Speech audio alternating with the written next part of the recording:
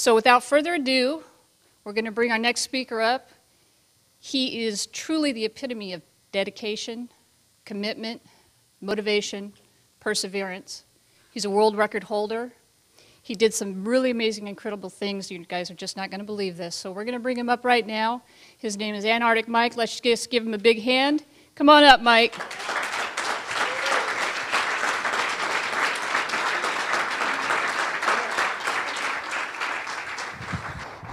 Thank you, thank you. Good morning, everybody. How's everybody this morning? Great. Try it one more time. How's everybody this morning? Great. All right, everybody stand up.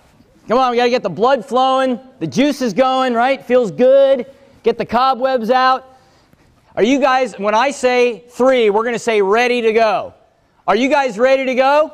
Ready to go. 1, 2, 3, I'm ready to go. Again, one more time. 1, 2, 3, I'm ready to go. Excellent. Give yourselves a hand. Have a seat.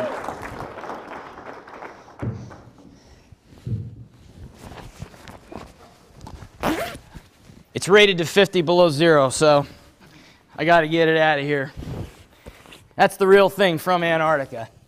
All right, we're going to talk about my favorite place in all the world, which is a place where there are no permanent inhabitants. Down at the bottom of the world there, 5.5 million square miles, 90% of all the ice on the Earth lies at the 66-degree mark and below, which is right here. The weight of the ice in the Antarctic is so heavy, it pushes the landmass a half a mile into the Southern Ocean. It is absolutely an incredible place. And you know, the whole name Antarctic Mike, just to give you where that came from, and this is kind of the first business point, so you can take notes here. It actually was a way I got past a call screener on a radio show 5 years ago. I really wanted to talk to the guys here in San Diego, Scott and Billy Ray on XX1090, and the call screener wouldn't let me through. I figure if I'm just another Mike or Steve or whoever, I'm going to just be a face in the crowd. I'm not going to stand out. So I told the call screener, tell him it's Antarctic Mike. He'll take the call. Right? So see, sometimes when you want to make something happen, you just have to be different. You don't necessarily have to be better. You don't have to be first. But sometimes you just have to be different. So I went in 2005. I decided to go to the Antarctic because I've been a big fan of the history of the Antarctic for many, many years.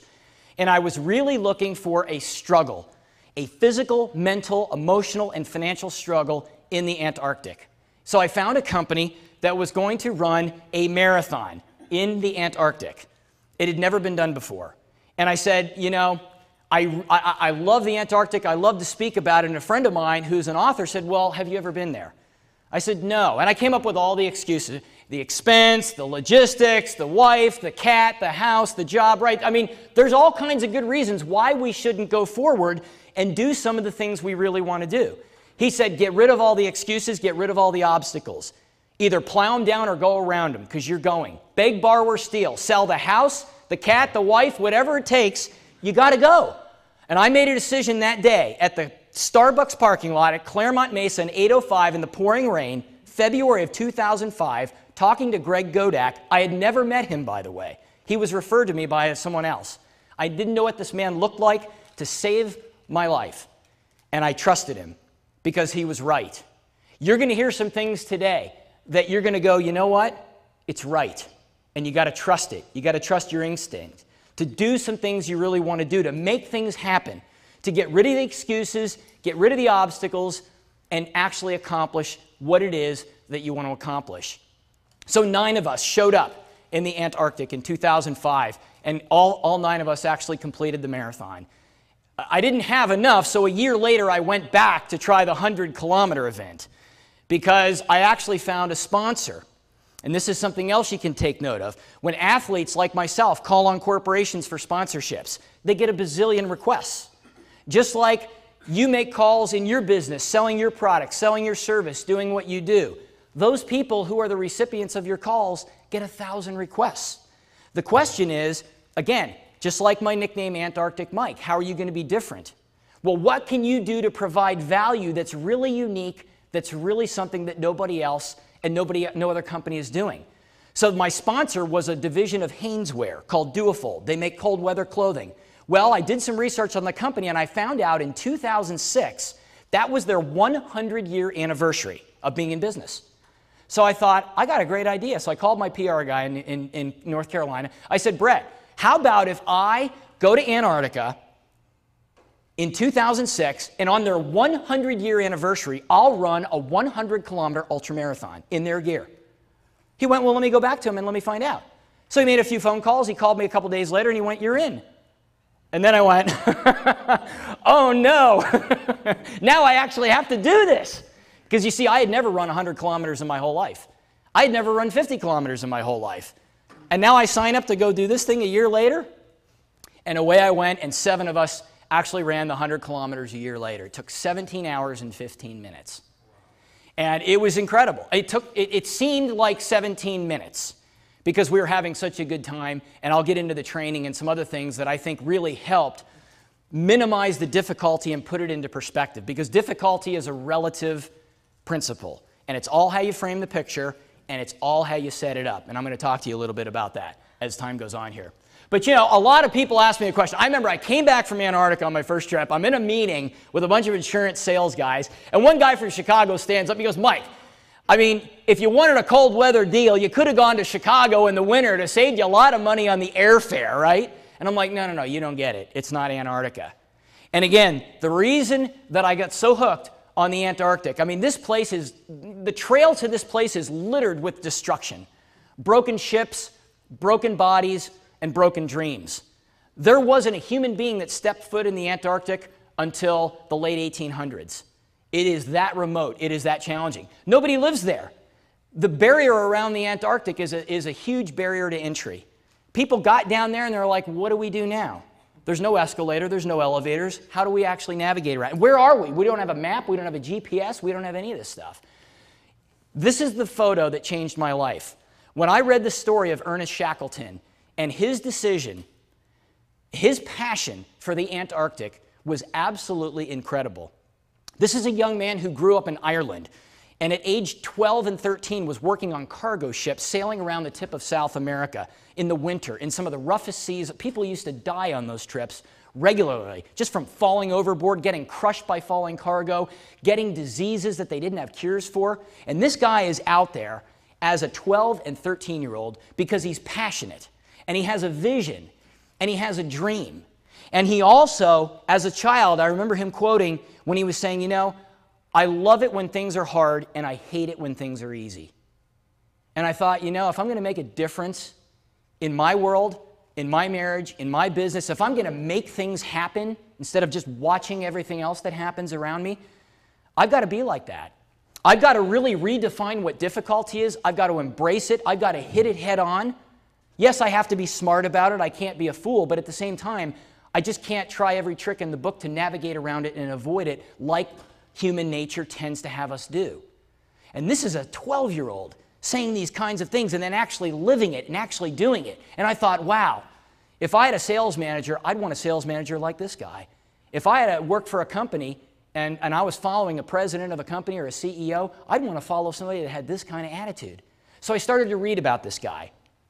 And I saw this picture on the book cover of a book in Barnes & Noble. I was in Bakersfield, of all places, in 2001. And I had finished a book, and I like to read, so I went by the Barnes & Noble, and I saw this picture. And on the cover, it said, Leadership Lessons for Businesses from the Great Antarctic Explorer. And I thought, what's the correlation between that photograph and any kind of principle of leadership or business or sales that would have application today? Well, there's only one way to know. You got to read the book, right? So I bought the book, and I could not put it down. It's a story of basically 2.5 years, how their plan was to go across the entire continent on foot. It had never been done before. 1,800 miles, 6 guys were going to travel across the entire continent, absolutely rewriting history. And you know, when you think about setting goals, you know, I thought about this as I started to train for the Antarctic and I started to read this story. I thought, you know, there's lots of books and lots of classes about goals, but you know, the bottom line is, goals are something that should be so big that they should almost make you shudder. They should literally make your hair stand on end and your skin crawl. When people hear what you want to do, they should ask you to repeat it because they almost don't believe what they're hearing. You want to do what? You want to start a business and make how much impact? You want to marry that person? I mean, the list can go on and on, right? We should challenge ourselves. You want to try that sport? You want to raise that much money? Would fill in the blank, right? Goals should make you shudder. They should make people shudder. And you know, I remember reading a book one time and I thought, this guy is really going over the edge. I mean, this is dangerous. It's not just difficult, it's dangerous. But you know what? Success is a destination that lies somewhere between difficult and dangerous. And sometimes you have to be willing to tip the scales and go a little closer to being dangerous. Dangerous doesn't mean life-threatening. Dangerous can mean the risk of a relationship, the risk of something not working out financially, right? There's lots of ways that danger shows itself. But success, if you think about anything that's successful, that's long-lasting, that's worthwhile, probably going to be somewhere between difficult and dangerous. And I thought, you know, these guys are really pushing the envelope here. People have died just trying to get to the middle of the continent where the South Pole is, yet alone getting across the continent. Because the eastern part of the Antarctic, where nobody had been, is far colder than the South Pole. In fact, the coldest temperature ever in the world was recorded in the eastern Antarctic about 30 years ago at 129 degrees below 0 Fahrenheit. That's actual, real temperature. That's not wind chill. You throw 100 mile an hour, 150 mile an hour katabatic wind in there, and now you're going to really raise the number. But you know, sometimes you have to go a little bit too far in order to know how far you really can go. There is no way you will ever raise your bar in any area of your life. I don't care if you're talking about as a salesperson, as a spouse, as a parent, as a community leader, as somebody starting a business, as an employee, or the CEO of a company, or the President of the United States. It doesn't matter what country you live in, what your skin color is, what church you go to, what nation you live in, or what time period you're from. Your bar will never be raised any higher than it is today if you're not willing to take some chances and go a little bit too far close to the edge, because that's when you're going to know how far you really can push yourself. And sometimes you'll see that your capabilities really not where you thought they were. Right? You may have heard the expression, better to aim high and miss the target than to aim low and hit it. Now, somebody sent me an email the other day, said, you know what, Mike, that applies in every scenario, unless you're going to the bathroom. And it's true, right? Better to aim high and miss the target than to aim low and hit it.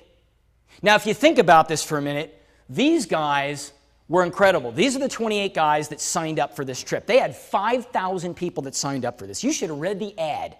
We could do a whole class on creative ad writing to recruit. My whole background is as an executive search guy. The ad that they wrote to recruit these guys was incredible. Men wanted for hazardous journey, very little pay, sleepless nights, danger, cold, safe return doubtful. This is literally what the ad was said in London.